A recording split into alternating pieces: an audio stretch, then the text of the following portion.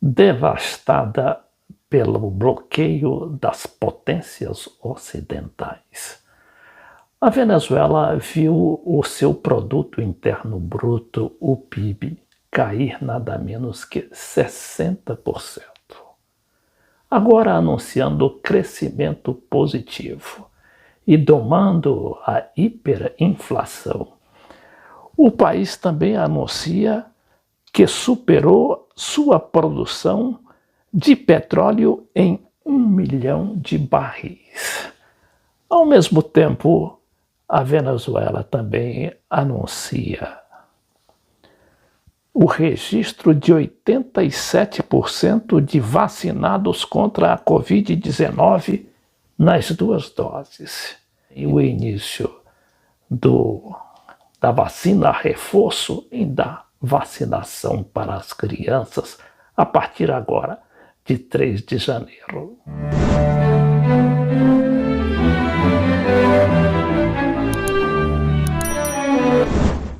Para entender a dimensão da crise venezuelana, eu fui ao sociólogo e jornalista Demetrio Magnoli, no seu artigo de ontem de O Globo, dizendo como o Ocidente perdeu a Rússia. E aí, lá pelas tantas, ele fala que o PIB russo retrocedeu mais de 40% entre 1989 e 1996. Uma hecatombe típica de guerras devastadoras. Enquanto isso, os Estados Unidos e seus aliados europeus preparavam a triunfante expansão da OTAN, que entre 1999 e 2020 produziria a incorporação de 14 países do antigo bloco soviético e da ex-União das Repúblicas Socialistas Soviéticas, URSS, a Aliança Militar Ocidental. Esta notícia aqui da superação, desse recorde de produção de 1 milhão de barris diários não foi destaque, claro, pela imprensa ocidental, que, aliás, através da fake news, tentou anular o fato para que não repercutisse negativamente no esforço ocidental para segurar o preço do petróleo. Aqui nós temos, por exemplo, a agência Reuters, que no dia 9 de dezembro último deu essa notícia exclusiva para os mercados dos Estados Unidos, como fala aqui, US Markets. A notícia está em inglês, mas logo foi reproduzida em espanhol e português para todo mundo e outras línguas. Então diz que Maduro planeja substituir o ministro El Aissami, que é o ministro do petróleo da Venezuela. O El Aissami tinha submetido a uma operação de hérnia inguinal, mas aqui o noticiário da Reuters, que é a maior agência de notícias do mundo, vejamos o que é que diz. O presidente venezuelano Nicolás Maduro planeja substituir o ministro Tarek El Aissami, uma figura-chave no governo da Venezuela e que atua como representante daquele país na OPEC, que é a Organização dos Produtores de Petróleo. Nas últimas semanas, a saúde de El Aissami deteriorou, o que poderia torná-lo incapaz de cumprir suas funções ministeriais, pelo menos temporariamente, de acordo com fontes, todas elas solicitando para que não se identificasse por se tratar de assunto sensível. O ministro se submeteu recentemente a várias cirurgias, de acordo com 3 daquelas fontes. 4 das fontes disseram que Maduro vai apontar o seu aliado Asdrubal Chaves, um primo do ex-presidente Hugo Chávez, atual presidente da PDVSA, que é a Petróleo Venezuelas, né, uma espécie de Petrobras para o Brasil, como ministro do petróleo, substituindo o El Aissami. Poucos dias depois é o próprio El Aissami que sai a desmentir a notícia da Reuters. Ele aqui com uma bola na mão, ele diz: Cumprir riguroso y disciplinado reposo, ya que tuve que realizar una cirugía de una hernia inguinal impostergable. He vuelto, aunque nunca jamás he abandonado mis responsabilidades, porque desde el reposo con el teléfono estábamos pendientes día a día del avance, del desarrollo, del esfuerzo colectivo. Mas vejamos aqui essa notícia de Globovision, que é um site pró-governo lá da Venezuela, não é? Então afirma que o ministro do petróleo da Venezuela, Tarek El Aissami, informou este sábado, no último sábado, que o país superou a produção de 1 milhão de barris diários de crudo, né, que é o petróleo cru, apesar das medidas restritivas unilaterais do governo dos Estados Unidos. Numa mensagem natalina, o ministro agradeceu o esforço que realizam os trabalhadores do setor da estatal Petróleos de Venezuela, PDVSA, em especial o pessoal de exploração e produção e das empresas mistas.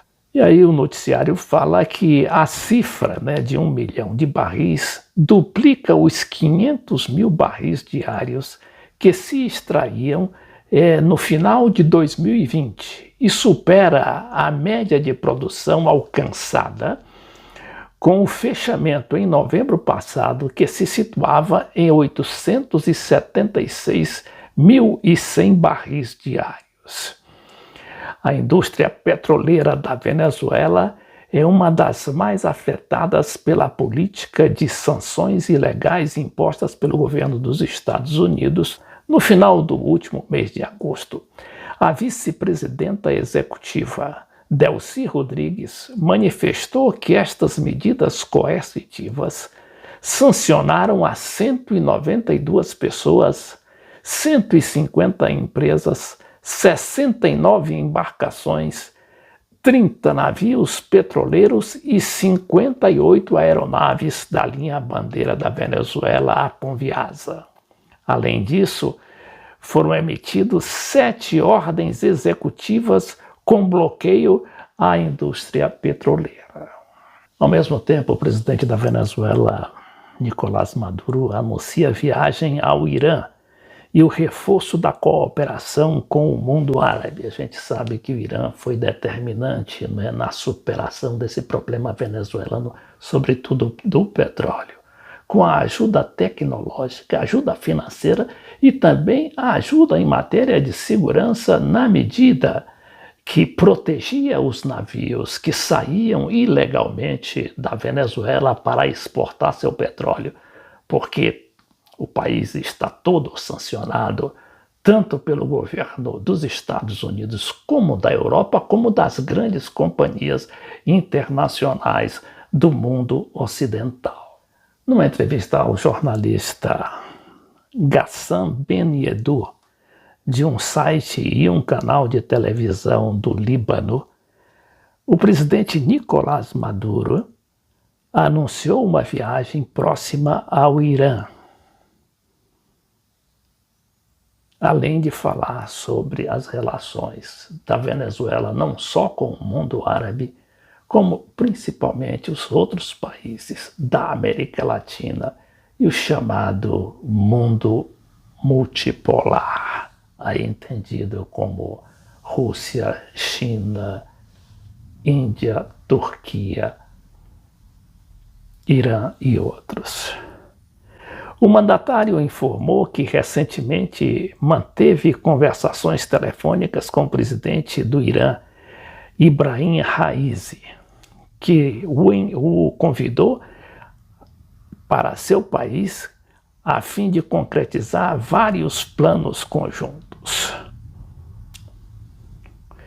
Por outra parte, o mandatário destacou que Venezuela mantém muito boas relações com todos os países e governos árabes. Temos um diálogo político, um diálogo permanente. Temos boas relações diplomáticas, culturais e políticas. O chefe de Estado anunciou que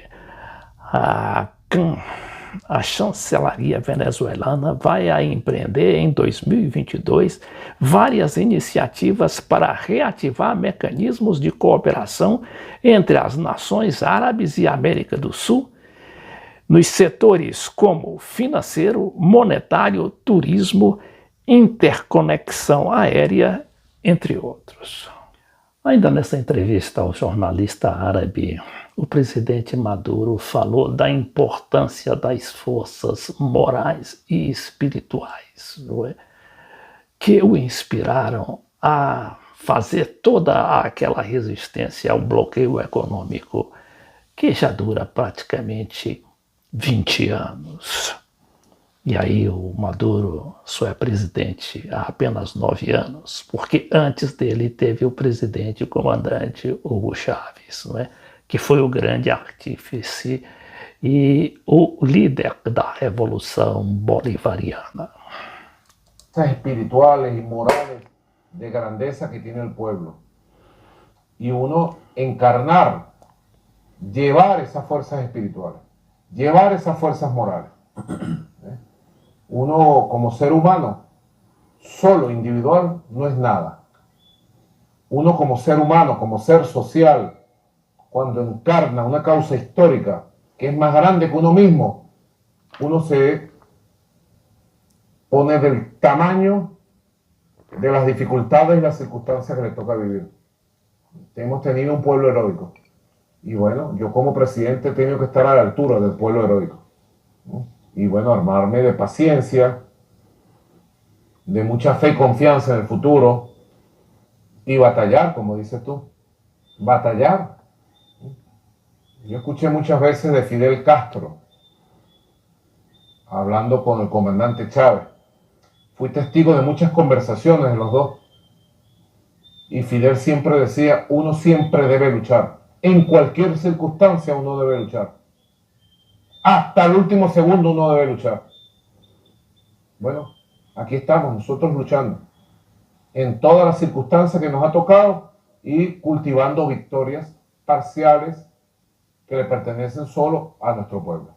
Nicolás Maduro também falou ao jornalista do papel exercido pelas Forças Armadas nessa missão de resistência ao bloqueio e também no desenvolvimento do país. Bueno, en primer lugar, la Fuerza Armada Nacional Bolivariana es algo nuevo. Se ha construido como parte del país que nació de la Asamblea Nacional Constituyente en 1999. Ha habido una refundación muy poderosa desde el punto de vista doctrinario, estratégico, desde el punto de vista moral de la Fuerza Armada venezolana. En primer lugar, asumió la bandera de Bolívar. Fuerza Armada Nacional Bolivariana. No es cualquier fuerza militar, es una fuerza que asume la bandera independentista, antiimperialista, libertaria, del gran libertador de América, Simón Bolívar. Fue el comandante Hugo Chávez, como gran líder militar que fue, Chávez resumió en sí mismo un liderazgo integral, un gran líder militar, un gran líder político, un gran líder social, un gran líder espiritual, un gran líder mundial. Pero Chávez tenía una formación militar muy completa y fue el comandante Chávez quien refundó a la Fuerza Armada Nacional Bolivariana. Todos sus sistemas de escuelas, academias, todos sus sistemas de disciplina y además dotó a nuestra Fuerza Armada de una nueva doctrina, sustituyó la vieja doctrina de seguridad nacional del Imperio Norteamericano por la nueva doctrina de la guerra de todo el pueblo, de la guerra de resistencia, basada en la experiencia histórica de nuestros héroes de la patria. Fue el comandante Chávez quien refundó organizativamente la Fuerza Armada. Le dio una nueva estructura organizativa. Tenemos 8 regiones de defensa integral. Cada estado del país es una zona de defensa integral. 99 áreas de defensa integral. Tenemos una nueva estructura organizativa que cubre todo el territorio nacional. Están los 4 componentes: el ejército, la armada, la aviación, la Guardia Nacional Bolivariana. Y además se fundó la Milicia Nacional Bolivariana. Tenemos 4.500.000 milicianos y milicianas. Y la Fuerza Armada asume la alianza con el pueblo, la alianza cívico-militar. Por eso la Fuerza Armada es columna vertebral de la revolución, es columna vertebral del funcionamiento de la democracia y es columna vertebral de la existencia de la República. Ha jugado un gran papel. Es otra Fuerza Armada, con otra moral. Podría decirte, es una fuerza militar independiente del imperialismo. Rompió amarras con el imperialismo.